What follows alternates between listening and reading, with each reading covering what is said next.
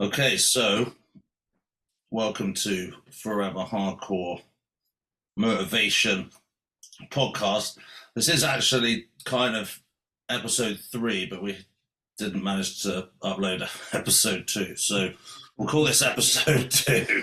Yeah, we have episode 2 pending because of Dan's prehistoric internet connection. It is literally, He's still on dial-up. It is awful. It is awful. Since the move, it has been absolutely shit.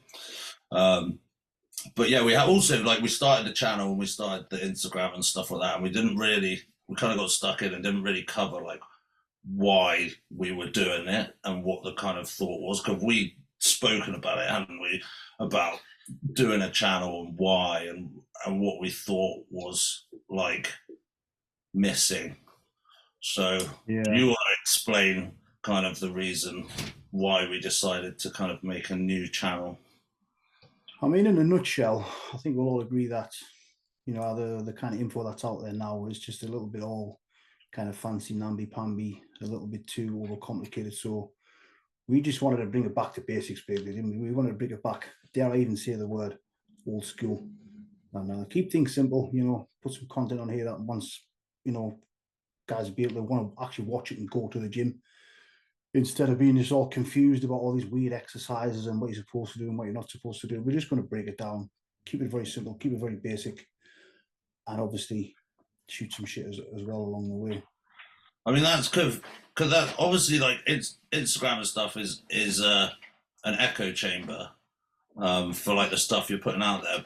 But even over like the last 5 years, I used to just go on Instagram, scroll Instagram, and see stuff on there. I'd be like, "Fuck yeah, that's sick." That makes me want to like train and stuff like that. And although yeah, it's great, like education and all that sort of stuff. There's a time and place for that. I still want to flick through before I train and be like, "Fuck yeah, now I want to go in, get in." And I felt like that was what was missing. Then we had the conversation, and we were like, initially like, "Oh, what's the point? Who's gonna like watch it?" Like, la la. And then we just thought, well, why don't we just make what we would want to watch and hope that other people want to watch it as well, basically. Yeah, it's like you say. I mean, 3-4 years back when I used to log into Instagram or Facebook when I used to use it, it used to be full of like videos of Ronnie training. Like there was the old Machiavelli motivation videos, the old Raiden motivation videos. I mean, those do pop up scarcely on my feed now and again, but not as much as guys doing like weird exercises and all this weird information on reels and stuff. And don't get me wrong, they have the purpose and they have the uses, but I'm sure you agree that it's just saturated with guys with no muscle making reels about weird exercises and weird diets and weird this, weird that. It's not that complicated, guys, seriously. And again, it's just, again, we've said this before, the internet's causing people to be more confused than educated because there's so much info out there. They're just confused on what to do. So yeah, if you follow our channel, we'll show you how to do it. I'm not saying the right way or the wrong way, but the less complicated way, which does actually work, believe it or not. And then the fourth thing that you said is fuck it for the memory books. Yeah, we just like shooting the shit, but like training. But that's, to be honest, that's why we only make the videos, isn't it, to be fair? I mean, we're all old and battered up. You're not as old, Dan. But yeah, I just make them for the crack, to be fair. We know we're not going to make $1 million a month on YouTube with our ugly faces on screen. But yeah, just for the crack and just to catch up with Leroy. Unfortunately, he can't make it today. He's got some family commitments, but we have kind of got everything lined up so we can do one bi-weekly. And obviously, when we all meet for a team Nazi session, we'll do one in the hardcore corner, which we are actually here, Dan. This is weird. How are you in the hardcore corner? I'm in. Yeah, I know. How does that even work? I know. I do kind of want people to know that it's not. Can anybody zoom in on that, by the way? It is for real. Because somebody mentioned this. I think it was on Dennis James's podcast. He said he's going to open a gym where tripods are banned. There's not going to be no tripods allowed. So I've got a corner. There's no tripods allowed. Yeah. I think it's. I mean, it's good to have like one area. I have nothing against a tripod here and there, but no, not at all. The primary focus is training, and if the tripods get in the way of other people training, then it's just an order of importance. If someone needs to walk past your camera to go and do training, then you're just going to have to live with it. You can't, like, that's the only thing. that I have an issue with. Training's number one, filming great. But if it gets in the way of anyone else's training, doesn't matter whether you think you're better than them or bigger or more important, everyone's there for the same reason. And if your tripod gets in the way, then it needs to get fly kicked out of the window, as far as I'm concerned. I mean, more importantly as well, as long as it doesn't affect your training, because, you know, I think some guys now forget while they're actually in the gym, they're actually in the train, not make videos. It seems to be the way around now. I try going to the gym. I try, like, I have an idea of like filming my stuff.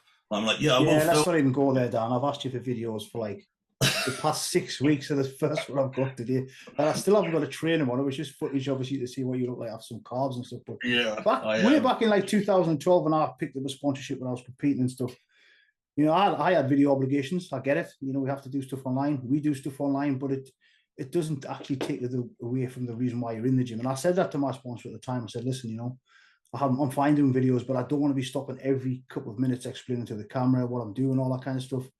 Yeah, I'm showing you what I'm doing. Maybe we can do some overlay afterwards, but I don't like to be interrupted like when I'm actually training. Even now, I mean, we just kind of let the camera guy roll.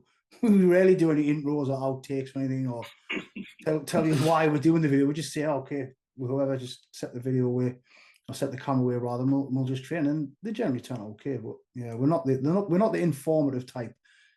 No. But again, actions rather than words, I say. I mean, if we do feel like there's something we need to explain, we'll explain it, but it won't take then also 35 minutes of the we can have the podcast, and hopefully over time people can ask questions about the videos that we've seen, and we can go into it. But in the video, the point of the videos we're making is hopefully someone will watch it and go, fuck yeah, I want to go and do that. I want to go and fucking train. And that was the point, wasn't it? We had some questions. Do you want to go first from the ones that you've got or the ones that I've got? This is the one that kind of sticks out the most because it's rather rude. It's probably aimed towards me. What I recommend for reps over the age of 40, rep range for over the age of 40. What should you be doing when you're getting a little bit older? I think we all know the answer to this question.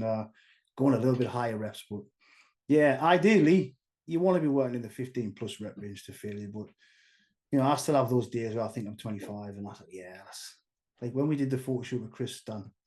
I was like, yeah, let's pick those heavy dumbbells up, and I got like 5 reps and nearly got the elbow nearly exploded. So yeah, in general, you should really be increasing your rep range unless you're some mutant like Kamal or Dexter Jackson. And I suppose it depends when you started training as well. I'm 46 now, but I started when I was 15, so I've got like 30 years of training under the belt. So it doesn't matter how perfect you do an exercise, etc. They're going to get wear and tear. You're going to get beat a little bit, so you have no choice but to increase the reps and lower the poundage a bit. But if you've just started at 35, then that's a different story. But yeah, if you've got a ton of years under your belt and you're a little bit more advanced in age, aka old, yeah, I would definitely go 15 plus, even 20 plus for legs if you could. Training age definitely is a thing. Like with like I mean, I used to get this all the time from the older guys when I was younger. Yeah, wait till you get a bit older. I was like, yeah, fuck off. Yeah, I'll be fine. And yeah, just something happens in the body of that magic number of 40 for some reason. Switch goes off in the metabolism as well. I'm just round the corner, so I'm 40 in June. So I'll answer the question when I'm 40. But ultimately, like there was the studies, wasn't there, basically that said it didn't really. And Mountain Dog, R.I.P. used to talk about this as well. That peace, John. The rep ranges don't matter as long as your cardiovascular system isn't the thing that fails. It's still the proximity to failure that actually doesn't matter. I mean, I would say that I can usually tell someone who's training heavy, and I say that heavy, because heavy is relative. I'd say heavy is like 6 to 8 rep range. Yeah, I'd say that's what like heavy is, and I do think that you can kind of tell. Not to say your whole workout should be in that zone, and for lower body, like even Dorian did slightly heavier.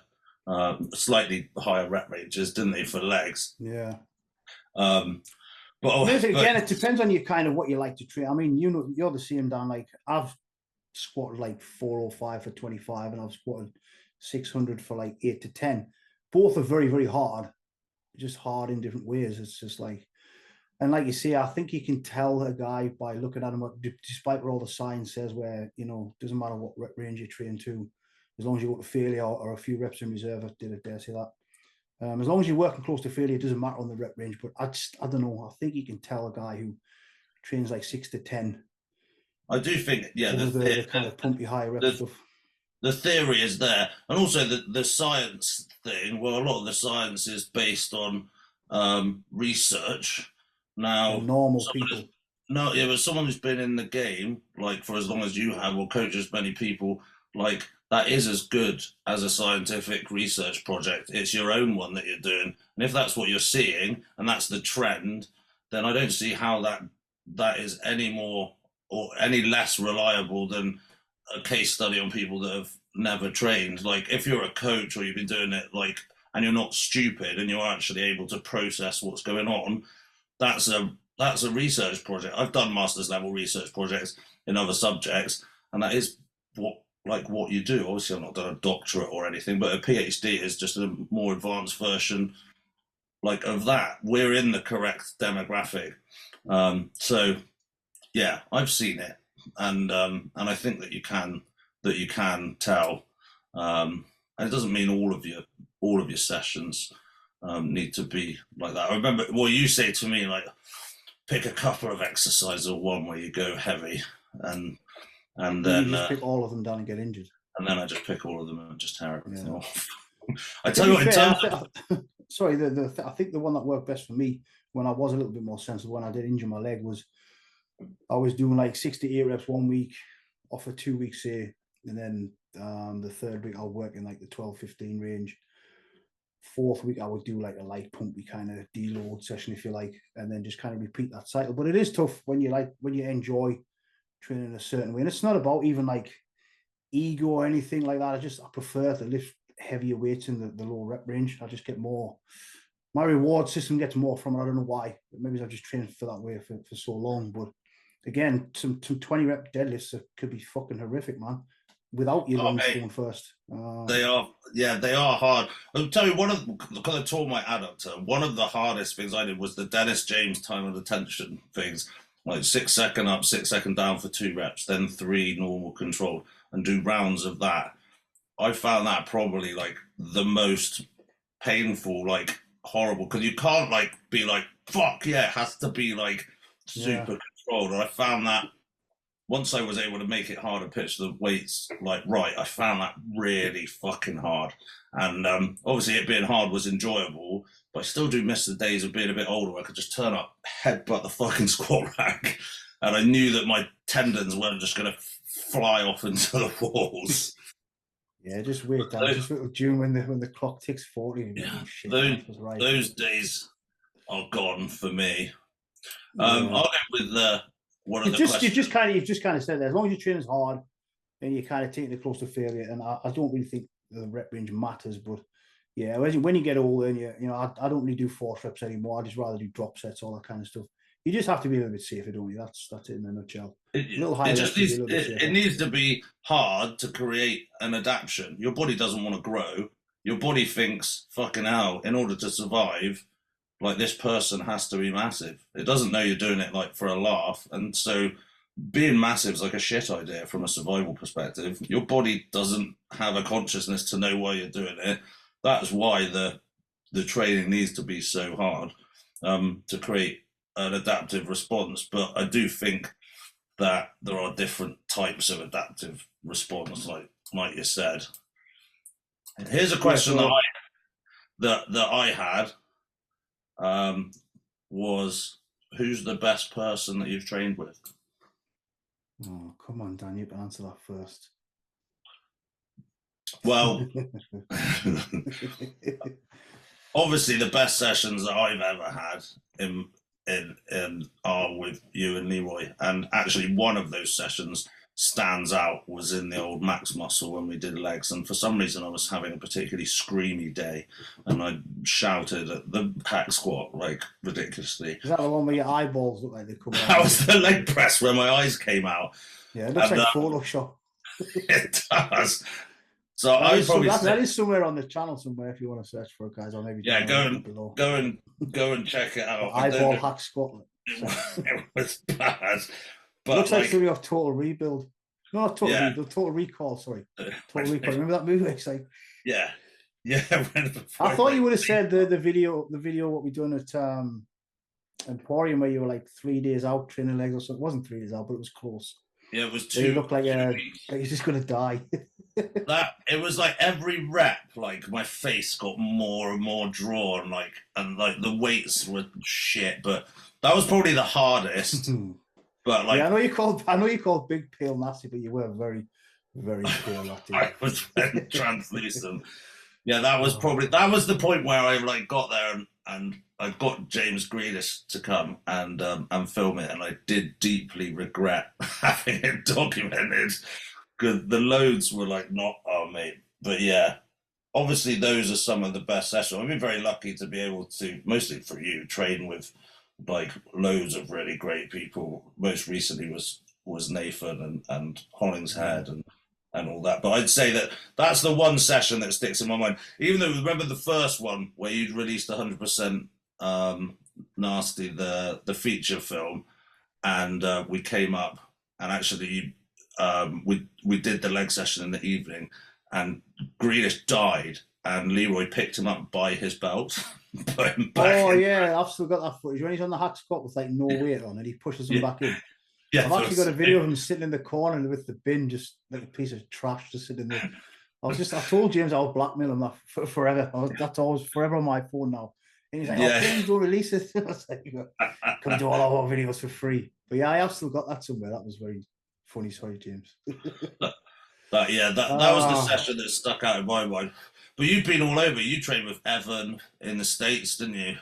Yeah, I've had some good sessions. I've trained with Evan and Jose in Boston. Let me think. Obviously, Dorian out in Marbella. I've trained with Dorian in the original Temple Gym. Rest in peace. I did do a session. The best sessions ever were obviously with Leroy. You know, we kind of got a little bit of a, since I think I met Leroy back in 2012. The only reason I remember, I'm terrible with, I'll say this now before we even go on the podcast for future episodes, I'm terrible with timelines and dates and stuff, but I do remember vividly 2012 I met Leroy at Temple Gym. At the time Giles Thomas was doing a video series Temple Gym Raw, and he asked me, do you want to train with Leroy Davis? I was like, well, come on, there's that trick question. Train with Leroy, that was the first time, and obviously we kept in touch ever since, and we've had some crazy sessions over the years. But again, up there, I guess, so Leroy would be the first guy. Some great sessions with Dorian as well. And like you see, I've been very fortunate to train with some other top guys in the sport. So yeah, definitely the Leroy and Dorian kind of sessions, because I was, a little while ago when I wasn't injured and stuff. And don't get me wrong, we had a great session with Nathan, etc. But I'm a little bit old and battered up now, and I can't kind of push how I'd like to, which is very frustrating. But still good sessions, just not like the old days, if you like. But there was the thing that stuck in my mind when you went to the States and you trained with Evan and you were doing 50 rep leg press at the end. Yeah, that was Evan's idea. That looked like the shittest idea ever. Yeah, we were doing like high rep safety bar squat, lunges, like 50 rep leg press. They've got like an old, is it the Super Gym? They've got some awesome old equipment there. They've got this chain driven old Nautilus leg extension, which yourself's like a horrible movement anyway. Just that horrible, like nasty tension all the way through. Horrible in a good way, by the way. It gets like heavier. We were doing like high rep leg extensions, horrible. And the next day I had surgery the next day. So that was fine. I had surgery, the chest surgery, whatever. But the day after that, I had to walk to the pharmacy to collect my script, as they say in the States. And it was a weird walk because it was like downhill. And obviously I had to walk back. And unfortunately, I forgot my ID for the first trip. So I was like hobbling. So I hobbled down and hobbled back to get the ID again. So I had to hold down again and hobble back. And yeah, that was even the lady behind the car was like, "Are you okay? Why are you walking funny? Is it from your surgery?" I was like, "No, it's from the leg session." I think down is worse. Like if your legs are fat, walking downhill is worse than walking up. Because you can sometimes hit a down step, but then it just doesn't. You don't. Yeah, Google Maps says, "Oh, it's a 5-minute walk." I was like, "Oh, that's not too bad." It wasn't. It was like 20 minutes. If you're if you know me, I always get lost as well. So it took about an hour to get there, but I think never mind. But yeah, awesome memories. Have you got another question? I've got a couple more. One guy asked, how do we incorporate cardio into your routine? So I guess we'll cover off-season and pre-contest. I mean, this is where we're both very, very different, Dan. If you are Mr. No cardio, aren't you? You don't really need a lot of cardio at all. Well, I think everyone has their crosses to bear in mind. Is like if I'm pushing weight up, like my limit is what I can eat and what I can actually digest. And if I'm doing more activity, I need to eat more, and that gets to a point where it's diminishing returns for me. And like I know people are like, oh, do cardio, it helps your metabolism and all that sort of stuff. I just literally have to eat more, and that's my limit. And once the inflammation in my gut like builds from, then it's well, like, you've seen it, then it's over. The push is over.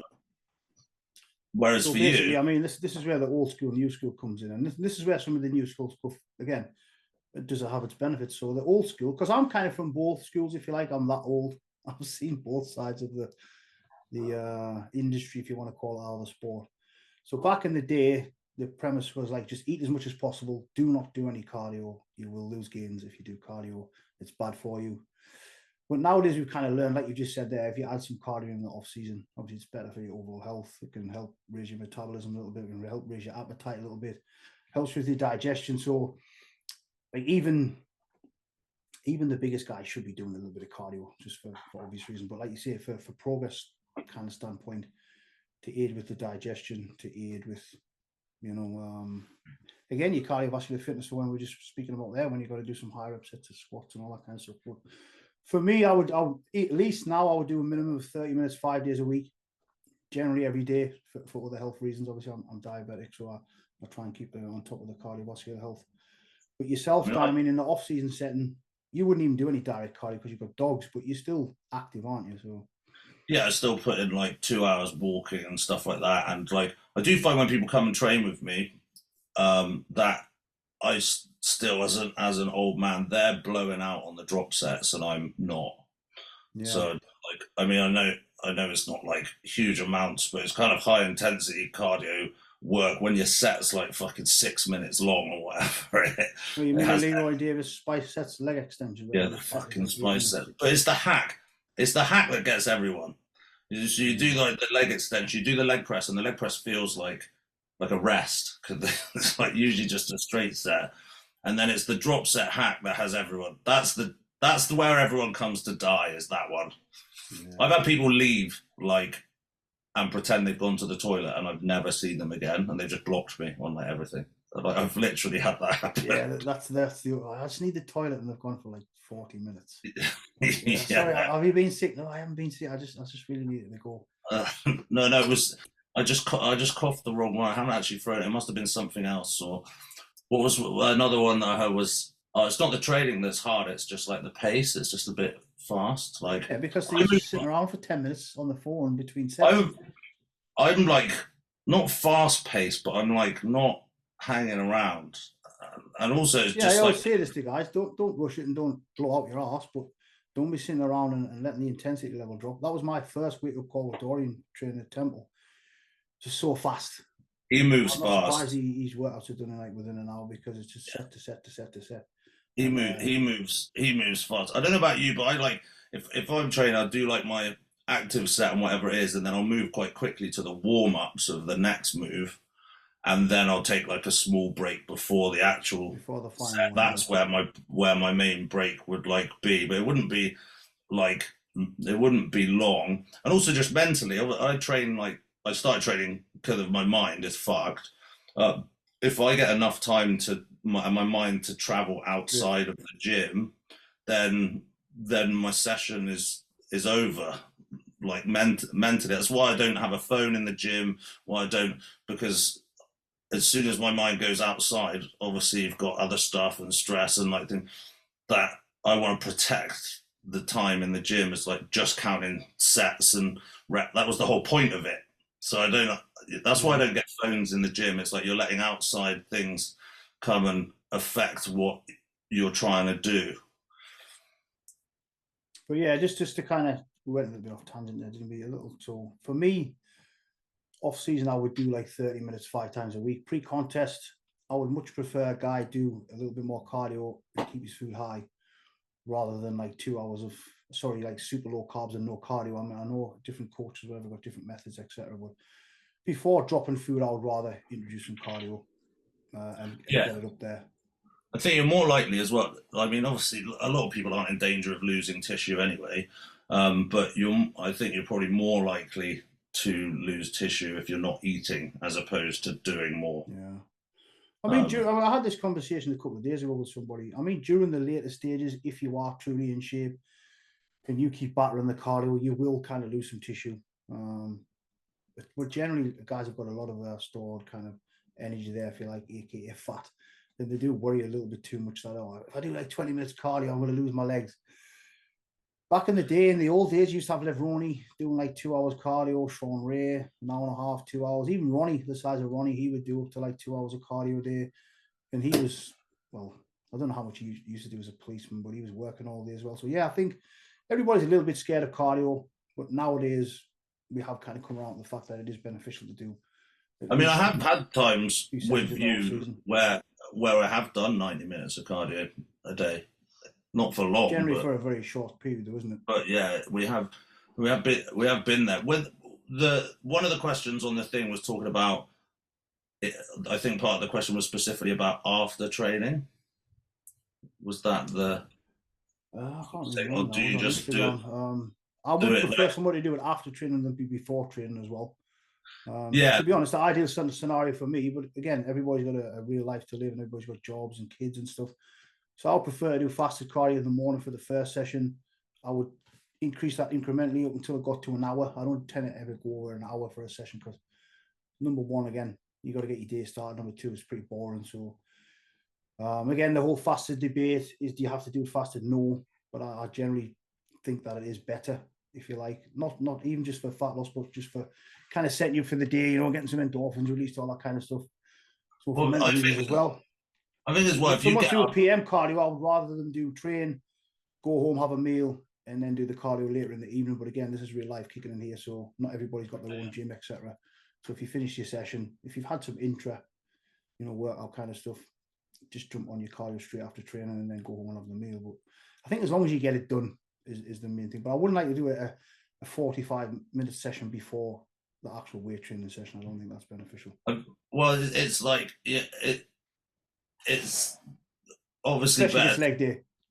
Yeah, it's obviously better to do it outside, because if you've gone and done a leg day and then you have to go and do cardio, you're not recovering in that time, are you? So it makes sense. When I was competing, I didn't do cardio after legs at all. I would do it in the morning and then train at like 6 p.m. and then I wouldn't do PM cardio. And I generally advise my guys not to do that. I don't do a session of cardio after leg day, whether it's immediately after or later in the day. Just do the cardio in the morning, train legs, and then rest them for the rest of the evening.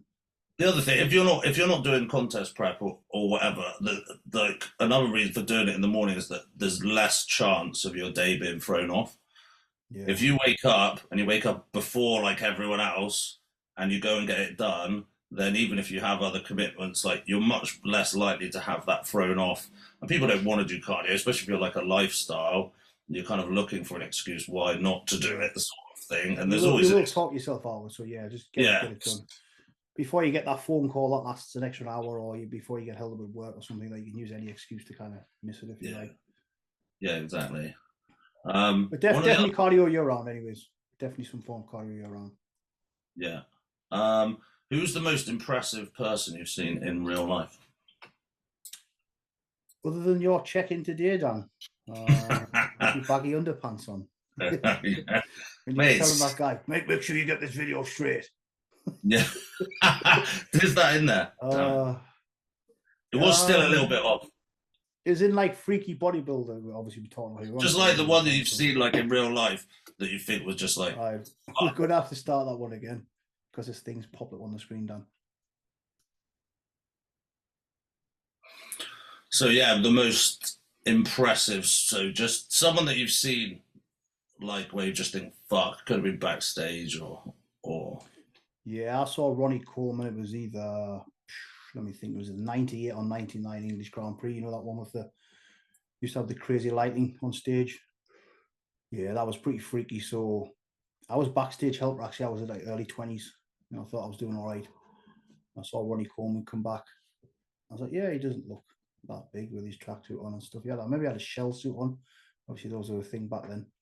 Yeah. And yeah, he stripped off and they just, yeah, I was like, yeah, let's go and buy a tennis racket and take on another hobby. And then he started pumping up and he added about 30 pounds just from like, you know, obviously when you got that much tissue, then you blow up with some curls and some laterals and stuff. I think, to be honest, I remember he did a few curls, a few push-ups, looked about 30 pounds heavier. And yeah, that was his pump up to go on stage. And I always remember this. It was the UK, sorry, no, it was EFBB, wasn't it, back then? EFBB were giving away the pro card to every weight class. So remember a guy called Mike King, really good bodybuilder, really good physique, but you know, he's middleweight, he weighed about 180. So he won the pro card that day, which entitled him to compete in the pro show in the evening. So he had to go up against like Ronnie, Marcus Rule, etc. So yeah, he was next in line after Ronnie. So I think Ronnie was about 280 at 5'10", and then you had Mike standing behind him ready to go on. And I think Mike was like, he's like 5'4", 180. And I remember him just looking at me and just like, just shook his head. But yeah, definitely Ronnie Coleman in person was pretty freaky back in the late 90s.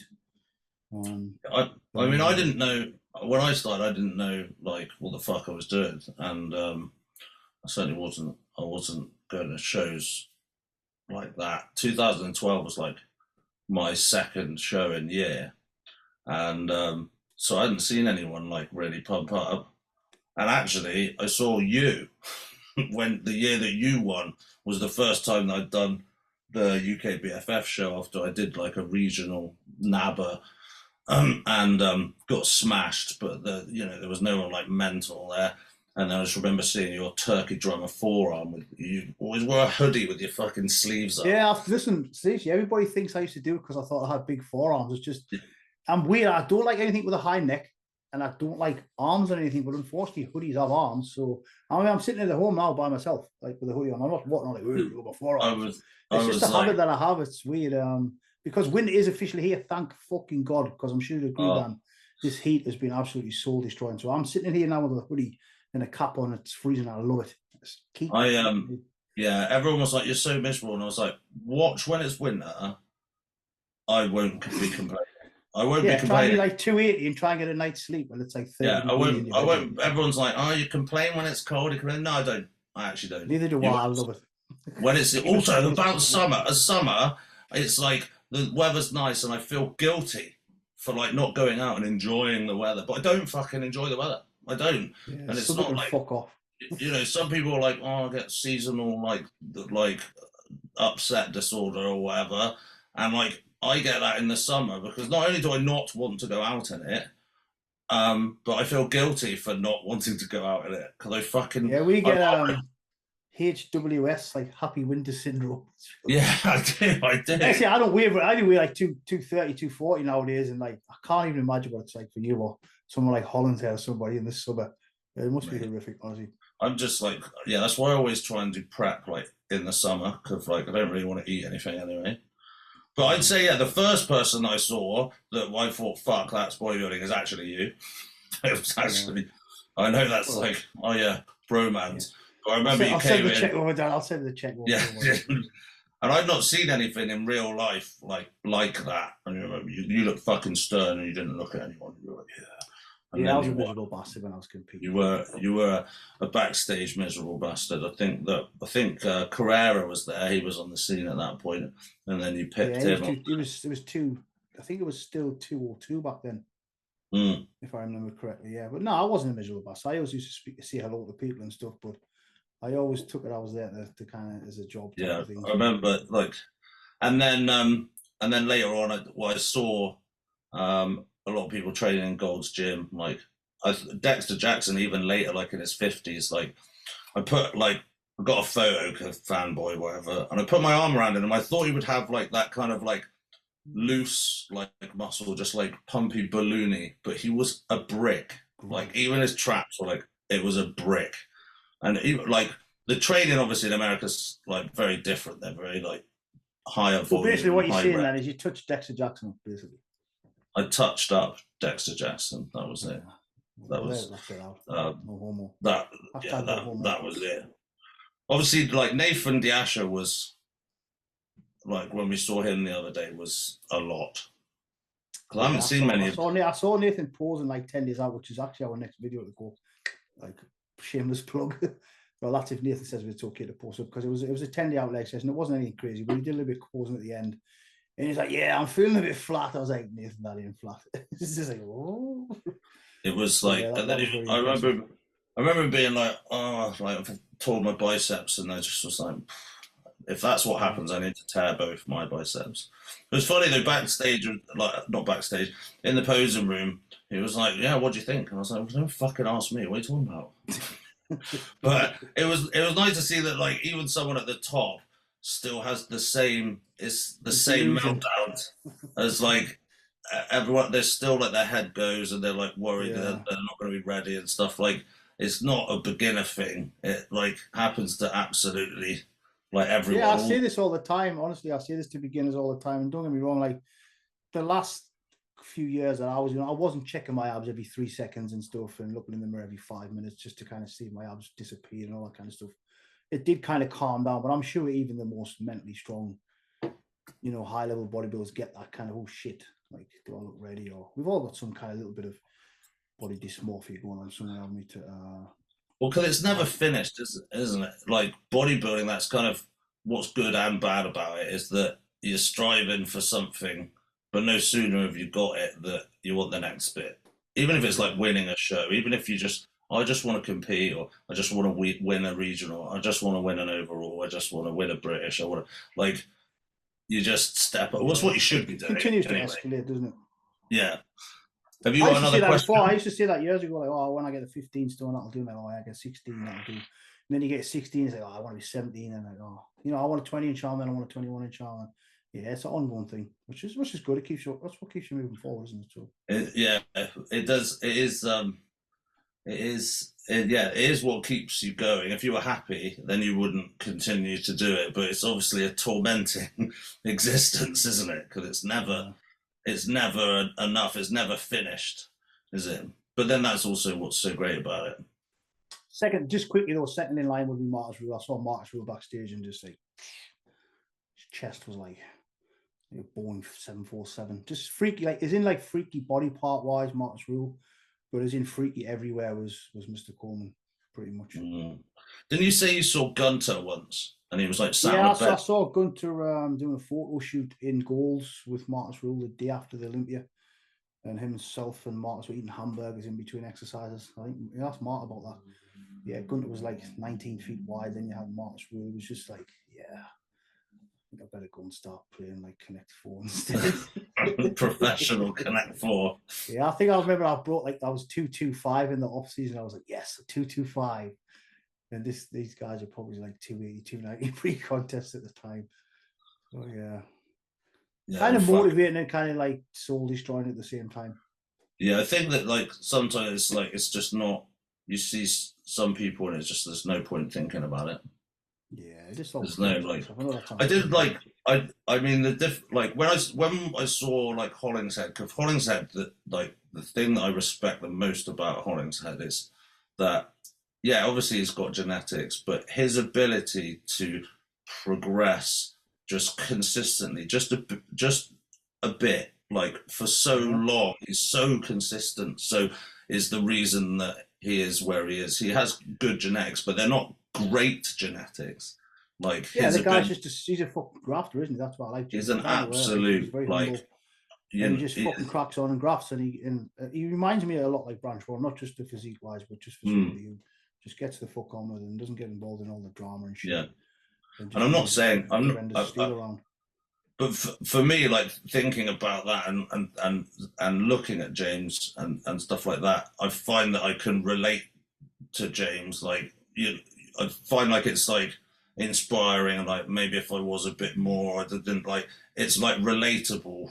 Yeah. But then you think about then I like looked at like Nathan. And I just, for me, it's like there's no point even. There's nothing relatable about his physique to mine. It's just not even worth like thinking about. That's why Dorian Yates is my favorite bodybuilder. Don't get me wrong. To be Mr. Olympia, you have to have yeah, really good genetics. That's a no-brainer. Dorian was, again, just like James. He didn't come from anything. He worked real hard.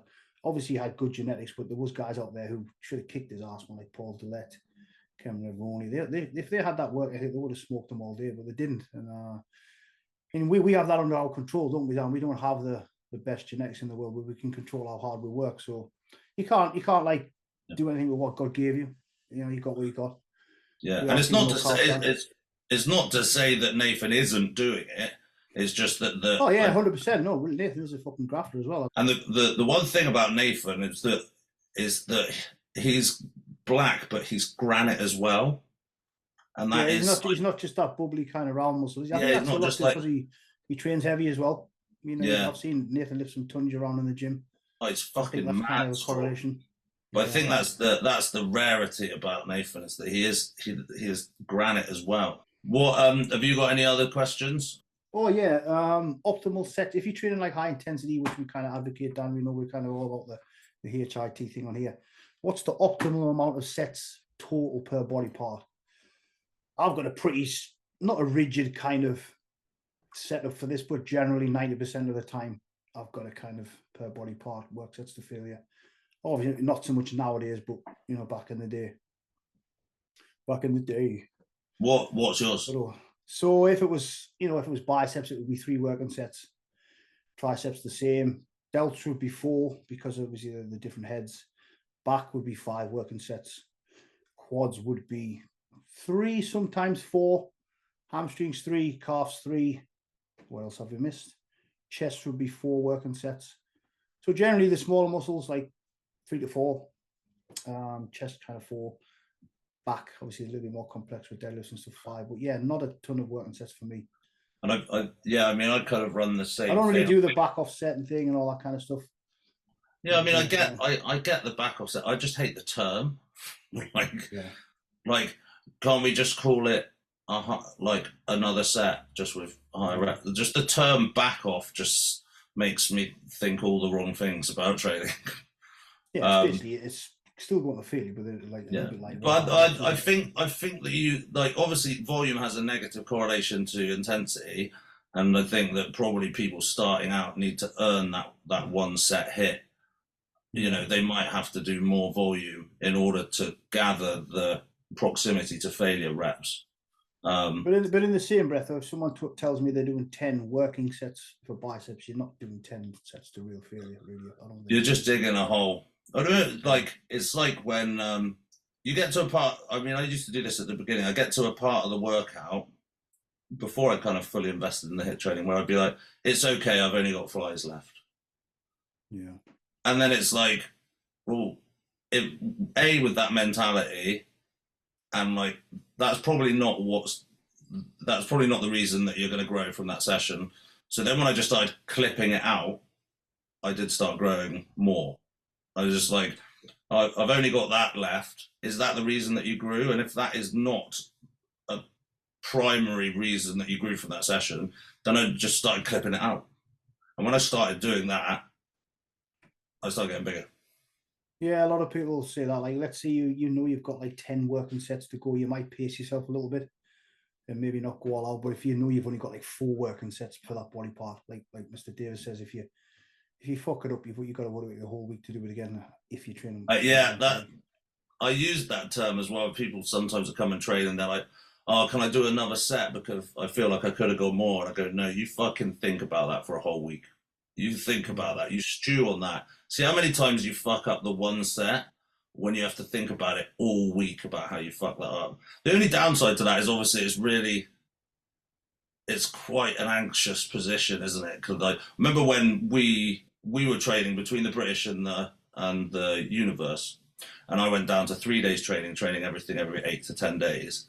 And the only downside to that was the anxiety around how fucking mad those sessions had to be, and the kind of like what was riding on one of those. I had to wait, potentially sometimes 10 days to go and do it again, and that was mentally very. I think that's a positive thing, Dan, because that old saying that if there's no pressure, there is no diamond, is there? So if you put that pressure on yourself, like I say, if you know you've got like 10, 12 whatever 20 sets for biceps. There's no way you're going to zone in and kill yourself on. I would much prefer somebody picked a couple of exercises and did it, 3-4 working sets than someone did do like a myriad of stuff and just, I hate to say the word junk volume or whatever you want to call it, but yeah.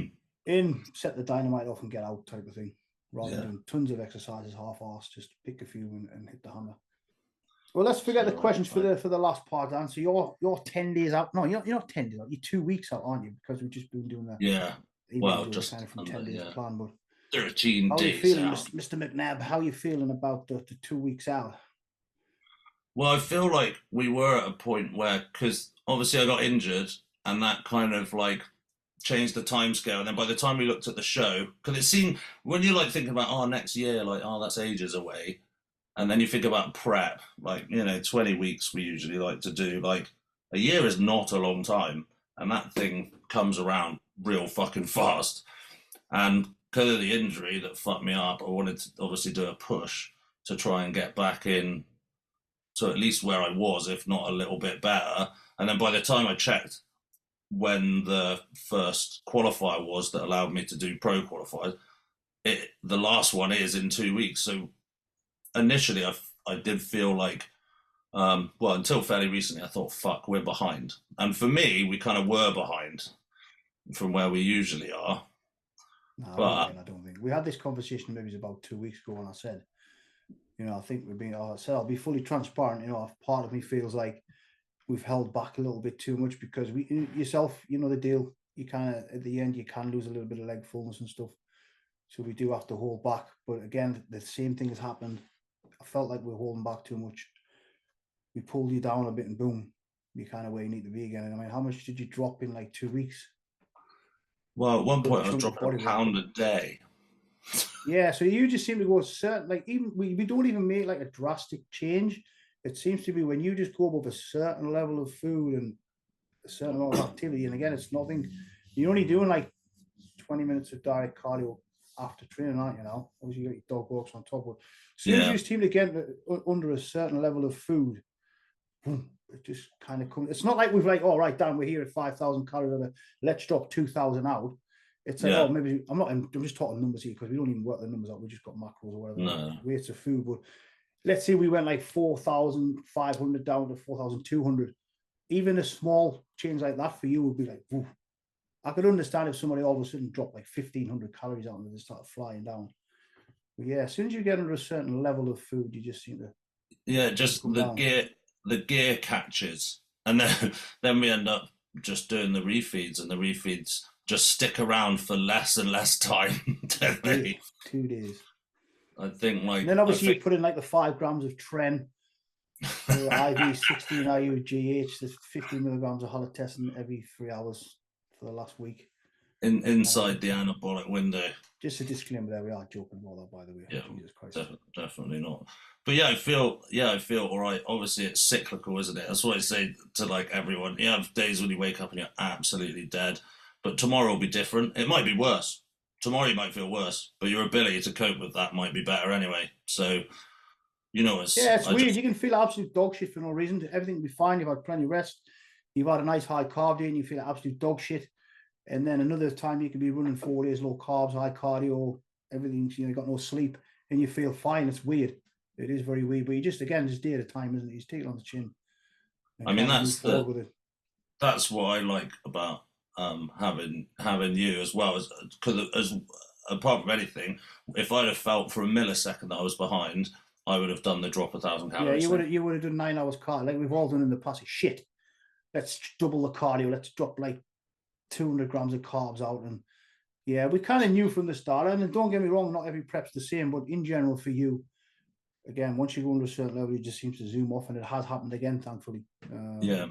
So as long as thought, maybe you're a little bit older, maybe it won't happen this time, but it has like not work again. Boom. Well, I thought my midsection was gone. Obviously, we had the issue with my neck that threw my connection off of the Arnold, so I was just a bit distended. So, but then in the off season, my midsection was blown out a lot, and with the hernia injury, I thought it's gone. I thought the midsection was never going to come back, and actually it has. So to be honest with me, I think this is probably especially from the side, it's one of the tightest your midsection's ever been. So Yeah, again, we had that concern of pushing food to get you when you went over like 300 plus and all that kind of stuff, and it has come back. But again, you have been a bit more diligent with like doing core work and making sure you hold it in, and we all do like lots of desk work and sitting around so that you can get slouched that abs out all the time. I don't think a few crunches here and there is going to solve that. You've got to put some time and effort into doing a bit of core work and stuff, which you have, hopefully anyway. It looks like you have. You said you've been doing it, Dan. Yeah, You said I had been doing it. while you're brushing your The only teeth. bit was when the vacuums. adductor went and the hip flexor went. Obviously, the hernia mesh moved as well. I couldn't do the ab work for a while. Then it took a lot of the main lifts out as well. So we'll fucking see. But as far as the midsection is concerned, I'm not over yet. So time will tell. I was looking super tight for that check-in stuff you sent over today. So we're all going that. So yeah, for those of you who have written me off, we'll see.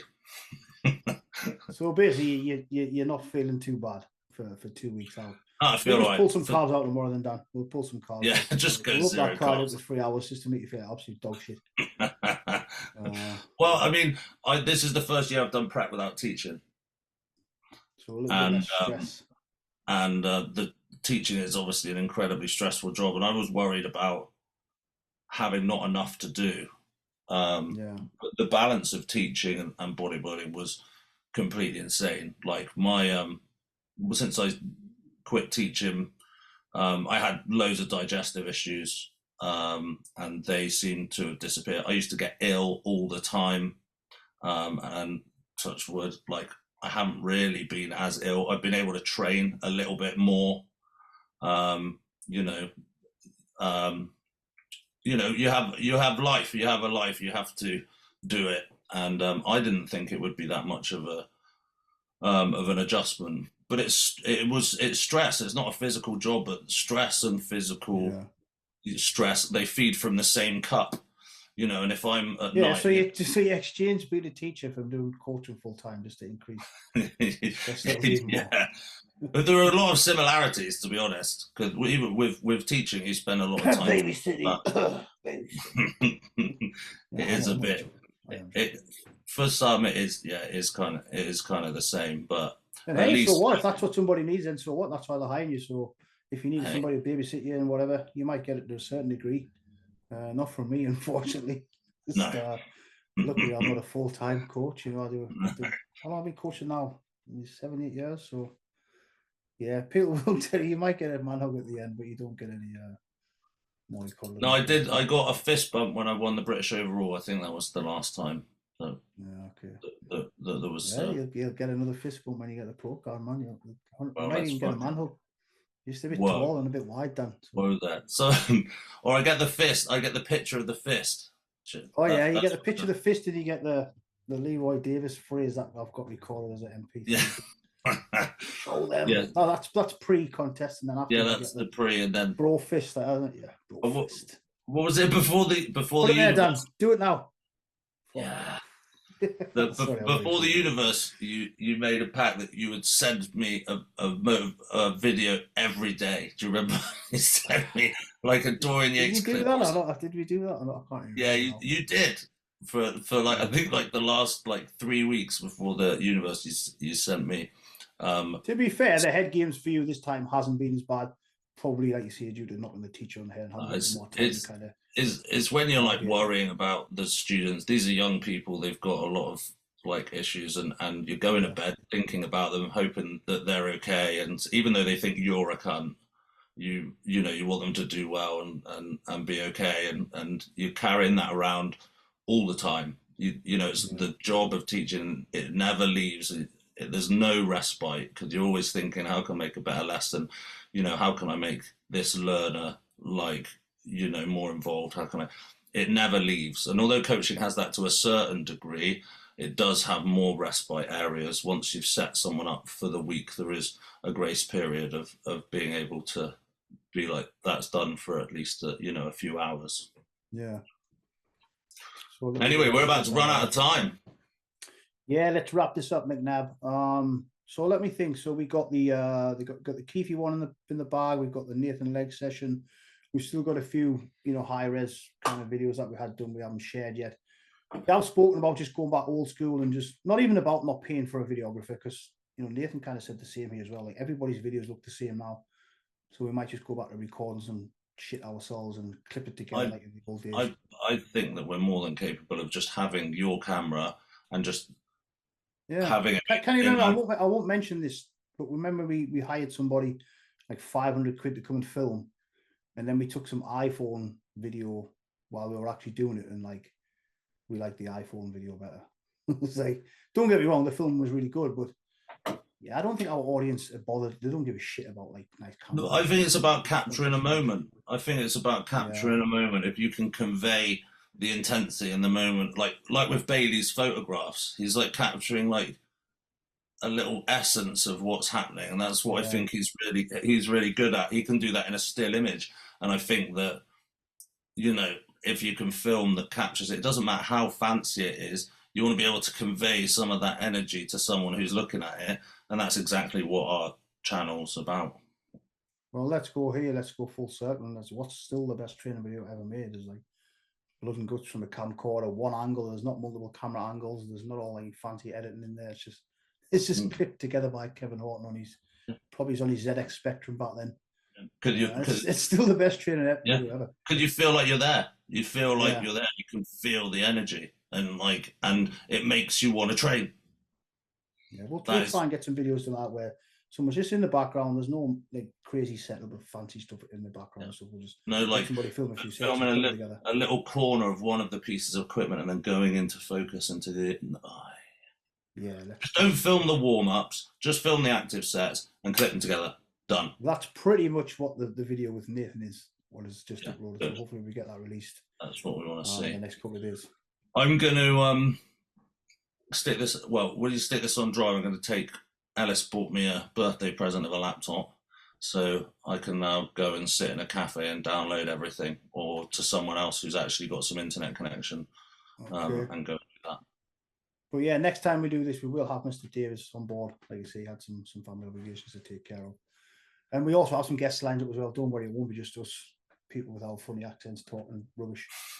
We do have some good guests lined up as well, and some good training footage lined up as well. So keep in tune, guys. Let's do the thing, Dan. Do the thing.